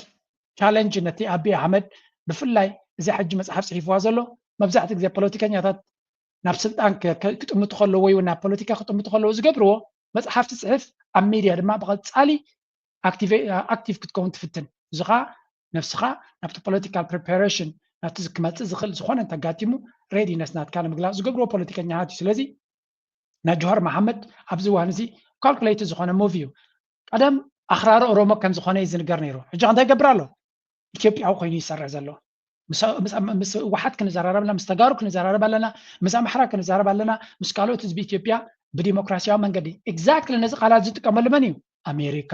ረጂም ክትቀይር ተደልያ ድማ ከምዚኦም ዓይነት ዝብሉ ሰባት እያ ትጥቀም now you can say whatever you want ዝደለኻዮ ክትብል ትኽእል ኢኻ ብዛዕባ ጆሃር መሐመድ ሰብኣይ ግን he really knows ኣብዚ እዋን እዚ calculated move ይገብር ከም ዘሎ አብይ አሕመድ ኣብ ስልጣን ምህላው ሌጂቲመሲ ናቱ ብኻልእ ዓለማት ከመይ ዘሎ ኣብዚ እዋን እዚ ብፍላይ ድማ ውሽጣዊ ነውፂ ኣብ ኦሮሞ ኣብ ኣምሓራ ዝግበር ዘሎ ሞትን ህልቂትን ሽግርን ኣክቲቪዝም አንጻሩን ብፍላይ ድማ ኣብ ዘበነ ዶናልድ ትራምፕ ሚኒስትር ጉዳያት ወፃኢ ናቱ ማርኮ ሩቢዮ ዝበሃል ምስቶም ፋኖ በዓል እስክንድር ነጋ ርክብ ዘለዎ ምዃኑ ዝንገር ንሱ ሚኒስትር ጉዳያት ወፃኢ ኣብ ዝኾነሉ ግዜ እሞ ግብፂ ድማ ብዝለዓለ ምስ ዶናልድ ትራምፕ ርክብ ከም ዘለዎ ኣብ ግምት ኢኻ ነቲ ረጂም ንምቕያር ብዙሕ ክግበር ከም ዝኽእል መረዳእታ ኣለካ ካብቲ ኩነታት ከተንብቦ ትኽእል ማለት እዩ and that's why activists ናይ ኣቢ ብሙሉኦም አንጻር ጆሃር መሐመድ ብርቱዕ ዝኾነ ውግኦም ኣውጆም ዘለዉ ብኩሉ መንገዲ ሓንሳብ በዚ ገንዘብ ይረክብ ሓንሳብ በዚ ገለገለ አንጻሩ ካራክተር አሳሲኔሽን ሓያል ዝኾነ እዮም ገይሮም ዘሎ because they see a big threat ግን ንኣቢ ዝያዳ ቤክ ትፈልጥዎ ትኽእሉ ኣብዚያ እውን ኣላ ካልእ ትንተና ዝወስኽዋ ብኦሮሞ ድማ ኢንተርቪው ገይሩ ስለ ዝነበረ ኣብዚያ እስከ ንስማዕያ ሓንቲ ሰብ ጽቡቅ ገይሩ ክርዳኣ ዝኽእል ብሏል። ለማ በአሁኑ ሰዓት ላይ የት ነው የሚገኙት በሚል ለቀረበ ጥያቄም በአውሮፓ እንደሚገኙና አልፎ አልፎ እንደሚገናኙ ገልጾ በሙሉ ጤንነት ላይ እንዳሉም ተናግረዋል። ጃዋር ከቢቢሲ አፋን ኦሮሞ ሌላው የቀረበለት ጥያቄ ደግሞ የገቢ ምንጭህ ምንድነው የሚለው ይገኝበታል። እሱም የገዢው ፕሬዝዳንት ለነበሩት ለማ መገርሳ በአደባባይ ማስረከቡን ገልጿል። ወደ ሀገር ቤት እንዳልመለስ ለማ መገርሳን ይመለከታል። ጃዋር ሲመልስም የአቶ ለማ ጉዳይ አልጸጸትም በተባለው መጽሐፉ ላይ መካቱን አስረድተዋል። ሲናገርም ምንም እንኳን ኣብቲ ናይ ኦሮሞ ዝገበረው ኢንተርቪው ድማ ሓደ ግዳሴ ሓበሬታ ሂቡ ይበሃል ንሱ ድማ ብዛዕባ ለማ መርገሳ ማለት ኣብቲ ናይ ኢሊት ናይ ኦሮሞ ንፕራይም ሚኒስተር ዝበለፀ መራሒ ዝበሃል ዝነበረ እዩ ናይ ክልል ኦሮሚያ መራሒ ነይሩ እዚ ድማ ኣቢ ሃንደበት መፅያፍቲ ስልጣን ነዚያታ ስልጣን ትግባእ ነይራ ኣብቲ መጀመርያ ድማ ኣቢ ንዑ እናሓቆፈ እናሰዓመ ተፈታውነትን ተቀባልነትን በህዝቢ ኦሮሞ ንኽረክብ ምስ ለማ መርገሳ ሕውስውስ ከምቲ ኢሱ ዝብሎ ዝነበረ ኣብ ኤርትራ ኣብ ኦሮሞ ድማ ንዚ ለማ መርገሳ እናሰዓመ እናሓቆፈ እዩ ዝኸይድ ነይሩ the guy backstabbing ስልጣን አጀንዱ ምሳረመ ካራ መታው በበዓል ለማ መርገሳ በመዓል ጆሃር መሐመድ ይጀሚሩ ጆሃር መሐመድ ባይ ዘ ወይ ኣብ እስር ቤት እዩ ክንደይ ከም ዘከላበተኑ ዝክረይና ነዚ ለማ መርገሳ ድማ ካብ ኢትዮጵያ ሃዲሙ ካብቲ ኩሉ ዝነበረ ስልጣን ሃዲሙ ኣብ ኤውሮፓ ይቕመጥ ከም ዘሎ ይዝንገር ሰብ እዚ ኣብ እስራኤል ከም ዝተምሃረን ዌል ኤጁኬትድ ሰብ ምዃኑን ስማርት ሰብ ምዃኑን ይዝንገረሉ ነዚ ኣብ ፕራይም ሚኒስተር ንኸይከውን ዘትረፈቶ ድማ ሓንቲ ኮንዲሽን ከም ዝኾነት ይዝንገር ንሳ ድማ ኣብቲ ፕራይም ሚኒስተርነት ዝወዳደር ሰብ ኣብ 30 ሚኒት እዮም ገይሮማ ኣባል ናይ ፓርላማ ክኸውን ኣለዎ ካብ ፓርላማ ወፃኢ ተኮይኑ ፕራይም ሚኒስተር ክኸውን ኣይክእልን እዩ ዝብል ገለ ሕጊ ኣለዎም ዝብል ሰሚዐ ምናልባት ጌጋ እንተለና ኣርሙኒ ፕሊስ እዚ ሰብ እዚ ድማ ሪጅናል ፕሬዚደንት ናይ ሪጅን ናይቲ ዞባ እምበር ናይቲ ክልል ክፍለ ሃገር እምበር ኣባል ናይ ባይቶ ይነበረን በንጻሩ ኣቢይ ኣሕመድ ኣባል ናይ ፓርላማ ስለ ዝነበረ ብኸምኡ እዩ በታ ክሪቴርያ ኣብ ላስት ሚኒት ንለማ መርገሳ ኣልዮም ንኣቢይ ኣሕመድ ዝገበሩሉ ምክንያት ድማ ምስ ህወሓት ለመፅመፅ ዝብል ስለ ዝነበረ ኣይጠልመናን ኮ ንኸውን ካብ ዝብል ካብቲ ኩሉ ዝነበረ ምርጫ ንሱ የሓይሽ ኸውን ብምባል እዮም ነቲ ኣቢይ ኣሕመድ መሪፆሞ ዝብል ዘረባ እውን ኣሎ ምናልባት ካብዚ ናተይ ዝፍለ ርእቶ ዘለኩም ድሮፕ ኢት ኢን ኮሜንት ሴክሽን ንኻልእ ሰብ ክምህር ስለ ዝኽእል ኦል ኢን ኦል እንታይ ኢና ንርኢ ዘለና ኣቢይ ኣሕመድ ካብቶም ኤሊት ኦሮሞ እውን ብድሆ ገጢሞ ኣሎ ኣምሓራ ኮምፕሊት አንጻሩ ጠጠው ኢሎም ከም ዘለዉ ንርኢ ኣለና ተጋሩ ኣብ ንሓትሕዶም ኣብ ዝበሃልዕሉ ዘለዉ ኣለው ናበይ ገፆም ኔክስት ሙቭ ናቶም እንታይ ክኸውን ከም ዝኽእል ኣብ ዝበሃለሉ ዘሎ ብኦሮሞ ድማ ከምዚ ዓይነት ብፍላይ ብመንእሰያት በቶም ቄሮ ዝበሃሉ ተቐባልነት ዘለዎ ሰብ ምዃኑን ናይ ጉዳይ ናይ ኦሮሞ ድማ ዝተሰላም ናገበርካ ምስቶም ሸነየ ዝግበር ዘሎ ገለመለ ብዙሕ ኣቢይ ኣሕመድ ንዑ ንምሽፋን ብዙሕ ነገር ይገብር ከም ዘሎ ንርኢ ኣለና ግን ብዛዕባ እውን ሓንቲ ዘረባ ነይራ ኣብዚ እስከ በጣም አደገኛ ሁኔታ ውስጥ ነው የገቡት እነኚህ ልጆች ቶታል ኢግኖራንስ እና አሮጋንስ የበልጽግና ሰዎች አብይና በአካባቢ ያሉ ሰዎች ቶታል ኢግኖራንስ እና አሮጋንስ ይህ ነው የማይባል ጥጋብ ውስጥ ገብተዋል። ጥጋብ ደግሞ ጆሮአቸውንም አይምሯቸውንም ዳፍኖታል። ይሄ ለነሱም ለሀገርም አደጋ አለው። ስለዚህ ማድረግ የምፈልገው እኔ ምን ዊኔት ኮንቨርሴሽን ሊኖረን ይገባል። በተለይ ደግሞ አሁን ምን እያደረጉ መሰለ እኛንና የትግራይን ሲመጡ የአማራን ፖለቲካ ካምፓኒ የተጠቀሙት። አሁን ደግሞ ከአማራ ጋር ሲጋጩ ኦሮሞ ውስጥ ተወሽቀው በኦሮሞ ፊት ለፊት እየያዙ በኦሮሞነት ስም አማራን ለመምታት ይፈልጋሉ። ይሄ ኢትዮጵያን ለከፍተኛ አደጋ ነው የሚያደርሳት። አስትሩ ብልጽግና ፓርቲ አብይ አሕመድን ካድረታቱን ኢሉ ብምሕር ጽጋብ ብምሕር ሓብቲ ካብ ኩንነት በተሓደ ሕልፍ ዝበለ ትዕቢት ተደመሮ ድንቁርና ትዕቢትን ድንቁርና ተደሚርካዮ ሓደገኛ ጉዕዞ እዩ ዝኽየድ ኢሉ እዚ ኩነታት እዚ ድማ እንታይ ፈጢሩ ለየሎ ንትግራይ ከጥፉ ከለዉ ንተጋሩ ኤሊት ኢሎም ነቲ ትግራይ ዞባ ናብ ዜሮ ክመልስዎ ከለዉ ንኣምሓራ ኣብ ጎኖም ገይሮም ንኦሮሞን ኣምሓራን ተጠቂሞም ብታርጌት ገይሮም ነፂሎም ነቲ ናይ ትግራይ ሓይሊ ከም ዘልመስዎን ልክዕ ንዑ ነቲ ናይ ኣምሓራ ድማ በቲ ናይ ኦሮሞ ተኸልኪሎም ምስ ካልኦት ነገራት ኮይኖም ከዓ ንኣምሓራ የዳኽሙ ኣለዉ። እዚ ድማ ኣብቲ ሃገር ዓብ ስምብራት ዘለዎን ቁስል እዮም ዝገጥፉ ዘለዉ ንኢትዮጵያ ድማ እቲ ዝዓብዪ ሓደጋ ክኸውን ዝኽእል እዚ ጉዳይ እዚ እዩ። እዚ ኣርጊመንት እዚ እንታይ ዝነግረካ ሓደ በቲ ወገን ኦሮሞ ዘይተሓጎሰ ምስ ኣቢ መጀመርያ ኦሮሞ እዮም ዝቃወምዎ ነይሮም ኣክቹሊ ክሳብ በዓል እቲ ዓበይቲ ደረፍትናቶም ዝተቐትልሉ በዓል ጀዋሃር መሓመድ ዝተኣሰሩሉ ብኡ ገይሩ ኣፎም ኣትሒዝዎም እቲ ቃልሲ ድማ ዝጀመረ ማለት ናይ ኦሮሞ ንሱ ከም እናገበረ ከሎ መን ይድግፈ ነይሩ ኣምሓራ ይጣቅዕሉ ስለ ዝነበሩ ጫውጫው ናበሉ ደረፍትን ገለመለን ነቲ ናይ ኦሮሞ ከም ዝፅቃጥ ገይሮሞ ድሕሪኡ ንኦሮሞ ብሙሉእ ሒዙ ህወሓት ክወርኹም ይመፁ ኣለዉ ነዛ ንእሽተይ ስልጣን ዝረኸብኩማ ከጥፈብዋ እዮም ስለዚ ሃየም ሳይኮኑ ምስ በሎም ነቲ ቃንሶኦም ገዲፎም ፓስተራቱን ገለመለታቱን ኮይኖም ኣምሓራን ኦሮሞን ኮይኖም ነቲ ትግራይ ንኤርትራ ለሚኑ ንገለን ነቲ ትግራይ ዘውደቆ እዩ። ልክዕ ትግራይ ምስ ወደቀሉ ድማ ንኤርትራ ሕቋ ሰይሩ ጠሊሙ ካብቲ ኩናት ከይወፅእ ከሎ በታ ዝነበረቶ ሞመንተምን ሓይልን ንኦሮሞ ዝበሃል በይኑ ኣሰልጢኑ ፀኒሑ ነቲ ኣምሓራ ዝበሃል ድማ ዕጥቂ ከፍትሖሞ ንኩላቶም ንትግራይ ረሚስካ ንኣምሓራ ኣዳኺምካ ኦሮሞ ድማ ኣነ ኣለኹኹም ግዜኹም ኢልካ ንኦሮሞ ኣብ ስልጣን ኣምፂኻ ነቲ ሃገር ንጉስ ኮይንካ ተመሓድራ እያ ነይራ እታ ካልኩሌሽን እቲ ካልኩሌሽን ናቱ ግን ከምቲ ዝደለዮ ኣይሰርሐን። ስለዚ እዛ ሕጂ ዘለና እቲ ኣምሓራ ዝበሃል ከምቲ ንሱ ዝደለዮ ፈርከሽከሽ ክብል ዝተፀበዩ ኣብ ሰሙናት ከምኡ ክኸውን ስለዘይከኣለ እቲ ብኮናቱ እናተገጠመ ምስ ከደ ስቲል እታ ጉዳይ ትቕፅል ኣላ ግን እቲ ውፅኢት ንሱ ዘለዮ ክርከብ ኣይተኻለን።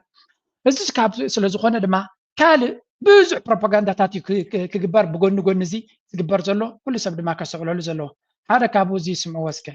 ብወገን ሑመራ ሰራዊት ኤርትራ ዝግበር ዘሎ ጽዑቕ ምንቅስቃስ ትኩረት ብዙሓት ስሒቦሎም ካብ ዓዲ ኢሮብ ክሳብ ጫፍ ምዕራብ ትግራይ ገማግም ሩባ ተከዘ ስትራቴጂክ ቦታታት ትግራይ ተቆጻጺሩ ዝቕጽል ዘሎ ሰራዊት ኤርትራ መፍርሒ ምንቅስቃሳት እናገብረ ከም ዝኾነ ተሰሚዑ ኣሎም። ብወገን ኢትዮጵያ መንግስቲ ኤርትራ ነቶም ኣንጻር መንግስቲ ፌደራል ዝዋግኡ ዘለዉ ዕጡቃት ፋኖ ብምሕጋዝ ዝኽሰስ ዘሎ ኮይኖም ኣብዚ እዋን እዚ ድማ ብወገን ምዕራብ ትግራይን ምብራቃዊ ክፋላት ሱዳን ተጠቂሙ ርክብ እናገብረ ከም ዘሎ እዩ ዝኽሰስ። ኢትዮጵያ እውን ጉዳይ ኣፍ ደገ ባሕሪ ዓሰብ ንምውናን ዘኽእሉ ዲፕሎማስያዊ ናይ ፕሮፓጋንዳ ኢንቨስትመንትን ትገብር ከም ዘላ ሚድያታት እቲ ሃገር ብወግዒ እናገለጻ ይርከባ።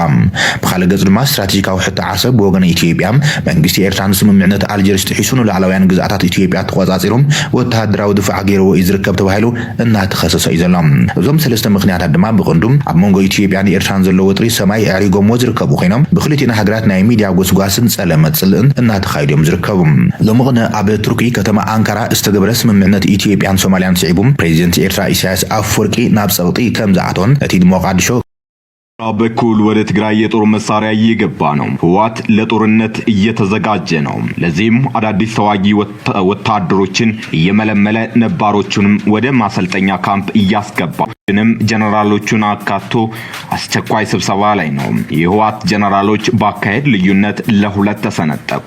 እነዚህ ዜናዎች በዚህ ሳምንት ትግራይን አስመልክቶ የተሰራጩ ናቸው። በእርግጥም ትግራይ ከጦርነት መልስ በሌላ የጦርነት ዋዜማ ላይ ያለች ትመስላለች። ብሓፈሻ እንታይና ንርኢ ዘለና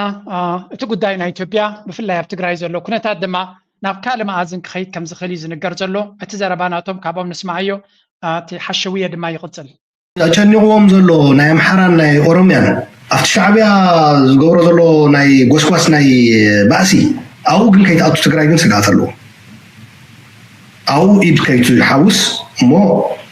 عمرهم هو يبقى له مالتي ناي بلسقنا زي قال لهم حتى يمزول تم بتصحفت وازن أمو كو سناي زينا يمزولوا سناي زينا بمنتاي بربحة تقرأ يكونن هذا أبي دنجيسو نعمل نسخاتكم حزوا زانا يجزيهم من محدار قبل الله أبي دنجيسو مسجبانا حقاو خصينا خبرنا أبي دنجيسو نظام نحنا زين دول يوم ساعات بقى تسناويتكم كل الله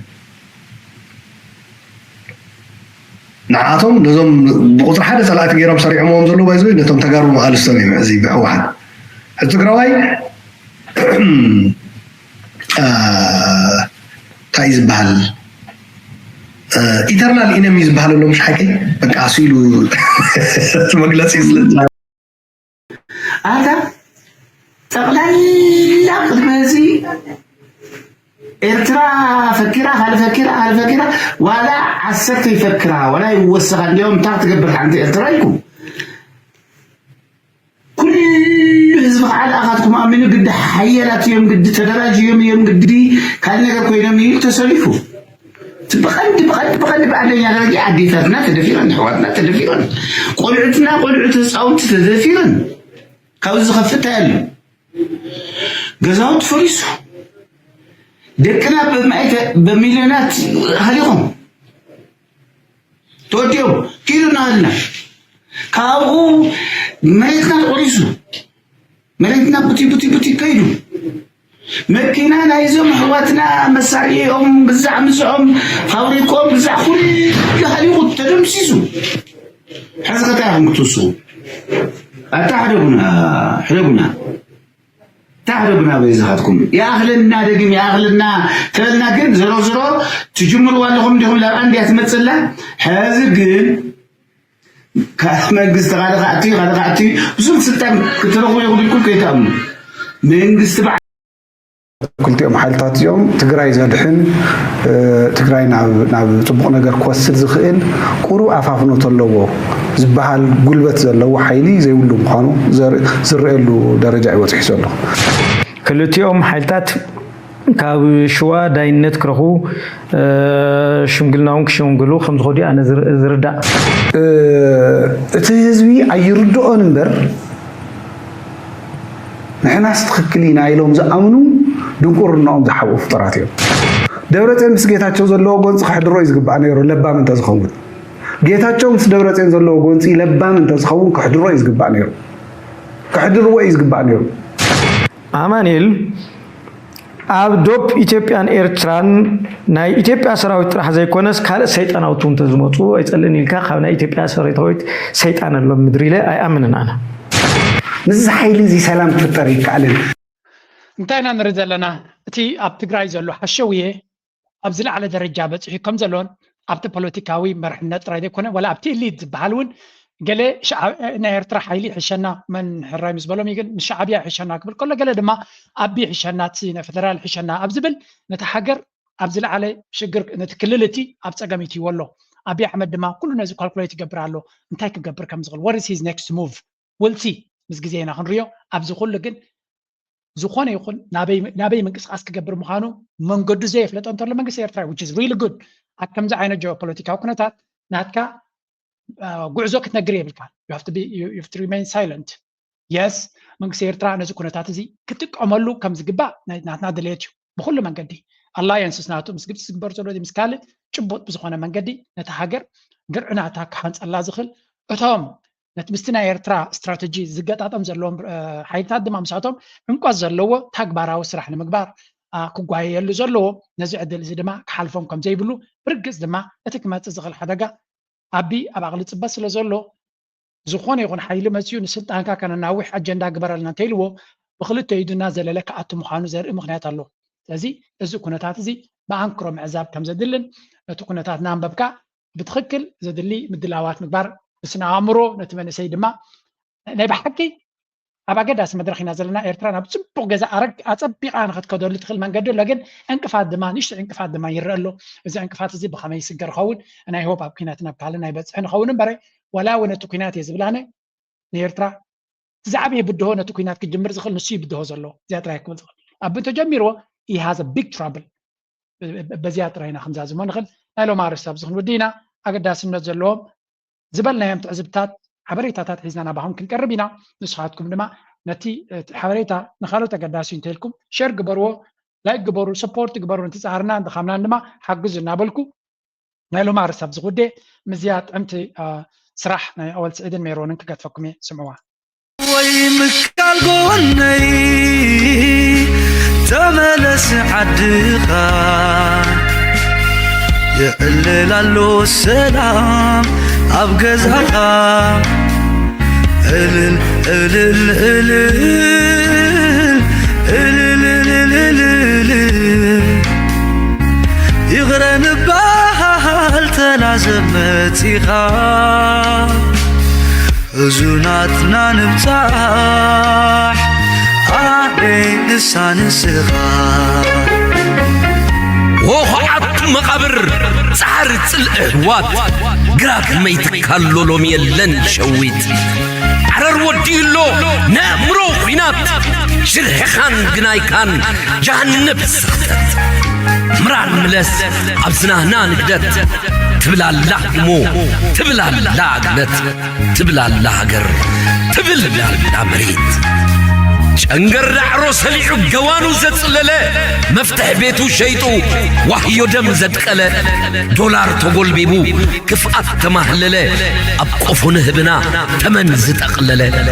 ياكل تبلا الله مريد ياكل حريت ود حريت قلنا نبحري قلنا نمدري قدام زحدركا قديدو كبهري